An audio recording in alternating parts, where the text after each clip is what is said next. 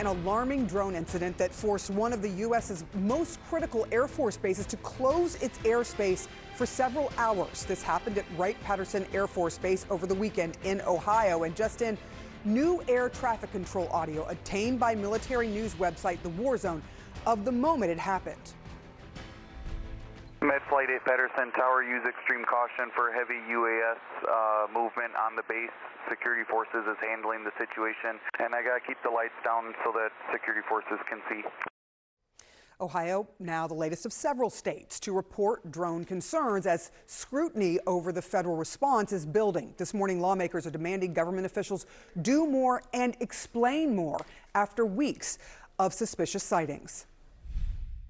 I've had briefings, as I've said, that makes me feel confident based on those briefings that there's not an imminent threat to public safety, but it doesn't answer the question, where are all these drones coming from that people are seeing, and why aren't we doing a better job of tracking them and understanding that? It can't be the Wild West of drones out there in Jersey or anywhere else. We got to get to the bottom of this, and people deserve answers. And ahead, we'll speak to more lawmakers who are concerned. CNN's Sunlen Serfati is in Washington. Sunlen, what more is the administration planning to do? There are a lot of concerns that have turned to frustration and anger, frankly. That's absolutely right, Sarah. Concern is growing and pressure certainly is increasing on the administration to be more transparent and clear in how they're handling this and distribute the information that they know. This incident at the Air Force Base over the weekend at Wright-Patterson, right outside Dayton, Ohio, really increasing the alarm. The fact that that airspace was closed for 4 hours. This is, as you noted, a very critical airspace. Air Force Center hosts the Air Force Research Lab, the National Air and Space Intelligence Center. So certainly concerning that a drone would be flying in that airspace overhead. And it comes as these drone sightings are only increasing, now extending beyond New York and New Jersey, but other places, especially in the Northeast. So that only increasing the alarm here.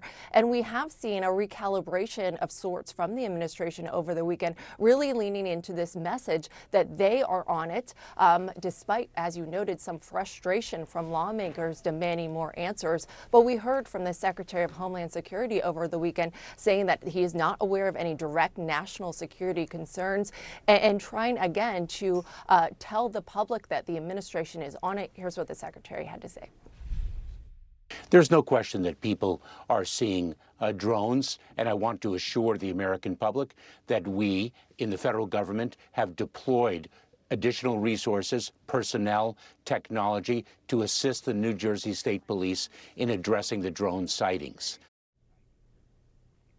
So the administration, they're really trying to express that they're increasing some resources to take care of this issue and learn more about this issue. Meantime, Republican Mike Waltz of Florida, President-elect Donald Trump's incoming national security advisor, really taking issue with where exactly these drone sightings are happening, specifically over military sites and restricted airspaces. Here's what he had to say. I think what the drone issue points out are kind of gaps in our agencies, gaps in our authorities. Between the Department of Homeland Security, local law enforcement, the Defense Department. It's pointing to gaps in our capabilities and in our ability to clamp down on what's going on here. And we need to get to the bottom of it. And I think the Biden administration is working to do that. Now, lawmakers on both sides, though, Sarah, are certainly expressing very vocal frustrations on the part of the administration here for what they believe is not being as transparent as they would like and calling for new regulations over drones. So this certainly is going to be something, Sarah, we are going to see on Capitol Hill this week. All this talk about the drones and the concerns over the security. Sunlen Serfati, thank you so much for that good reporting. Appreciate it. Kate? Also this morning, 2 men are in custody after police say a drone came dangerously close, is how they describe it, to Boston's Logan International Airport. And a third person is now believed to be on the run. CNN's Gloria Pezmino has more. We are still waiting to hear more about what was behind these arrests, but what we do know so far is that an officer spotted the drones and then was able to deploy drone detection technology to identify the drone history, the owners, and the locations from where they were being operated from. That led the police department to Boston Harbor Island. This is a largely uninhabited part of Boston, and once police arrived there, they were able to arrest 2 people. They initially tried to flee on foot, but they were eventually captured. One of them had a drone in their backpack, and another is believed to have fled using a small vessel, a third person who the police are still looking for. Now, we don't know how much we are going to learn as a result of these arrests just yet, and whether or not it will explain some of the sightings that have been reported in Boston. But the fact that the police department was able to use technology is certainly something that a lot of law enforcement officials and representatives across many of these different communities are talking about. Here in New York, Governor Kathy Hochul also telling us that the state is receiving some additional resources from the federal government after some drone sightings resulted in an airfield having to be shut down over this past weekend because of drone sightings over airspace at a local airport. Now, Governor Kathy Hochul issued a statement on Sunday saying, in part, in response to my calls for additional resources, our federal partners are deploying a state-of-the-art drone detection system to New York State. This system will support state and federal law enforcement in their investigation. Now, something we're not clear on just yet is exactly what kind of technology New York is going to be receiving, if it's going to be anything like what Boston deployed and helped them to find the drones and conduct those arrests.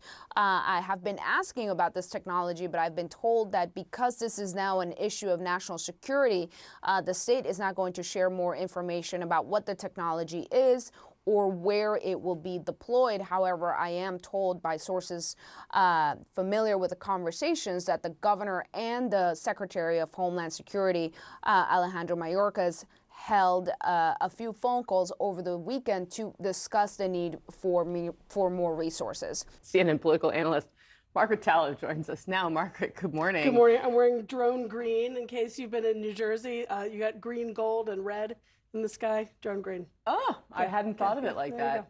That's Chuck Schumer for you, right, with props. That's some high-tech property there. That will get to the bottom of it. It is, there does seem to be a sense, I think, that people feel that the federal government must know more about these drones. They really know more about it, and they're not saying what it is, right? That's one of the threads here. Look, this has got all the elements of like a Close Encounters of the Third Kind story, right? Is it the Iranians? Is it a secret intelligence security check by the government? It's classified, so they can't tell you about it. Is it one of 800,000 drones that are registered to the FAA that are flying around largely unregulated? So the bottom line is there's been no definitive, decisive explanation about this yet. There is a bunch of legislation that either regulates it or would expand authorities for different parts of the federal government to regulate or to deal with the mitigation of drones. And this is all coming to a head at the end of one administration before another takes over. So you've got Joe Rogan saying now he's really worried, and Donald Trump, President-elect Trump, saying shoot him down. And all of these sort of theatrics are they're getting the public ramped up, but they still don't really address the question of what's going on here. Right. And so speaking of shooting down, Mayorkas, the Homeland Secretary, was asked about this as well. Let's listen to what he said about the prospect of shooting down these drones. I think there are more than 8,000 drones flown every day in the United States. With respect to the ability to incapacitate those drones, we are limited in our authorities. We have certain agencies within the Department of Homeland Security that can do that and outside our department. But we need those authorities expanded as well. So basically he says, we can't do that. I think it's even a more complicated explanation than that, right? There's the Pentagon, and the Pentagon does have the ability to deal with drones that are over military base space. So if there's a drone that's flying over military space and it's not supposed to be there, the military has the ability to do something about that. But once you get outside the space of a military base, the U.S. military can't just go around doing operations in the United States, okay? Also, if you shoot something down over a civilian area, like that stuff's got to go somewhere and it could hurt people. So there are dangers to just shooting things down. And of course, you'd want to know, was it really a drone or is it a plane? If it's a manned aircraft, you don't want to go shooting something down unless you've given warnings and that sort of thing. It's also a complicated patchwork of regulation because to Secretary Mayorkas's point, DHS has authorities in some spaces and the Justice Department, and there's legislation that would expire, I think, around December the 20th that they're looking to extend and expand that would cover the management of drones in the sky. And then there's the FAA's regulatory space, and there's another piece of legislation moving around in Congress that would expand the FAA's ability to regulate drones. And then there's what the Pentagon can do. And then there's what governors can or can't do. And you've seen a number of governors now, including Democratic governors in states like New York, saying, hey, feds, we need the drone technology because we need to be able to deal with this in our space.